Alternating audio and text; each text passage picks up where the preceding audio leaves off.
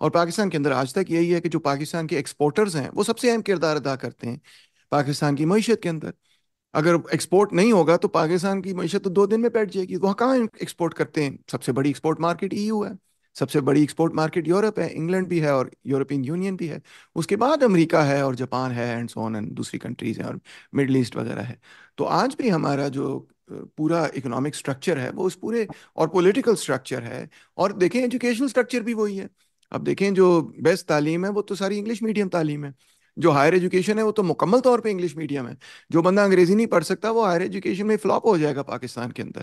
جو بندہ انگریزی میں لکھ نہیں سکتا، پڑھ نہیں سکتا، کمپریہنشن اس کی انگلش میں سلو ہے، وہ تو بہت پیچھے رہ جائے گا.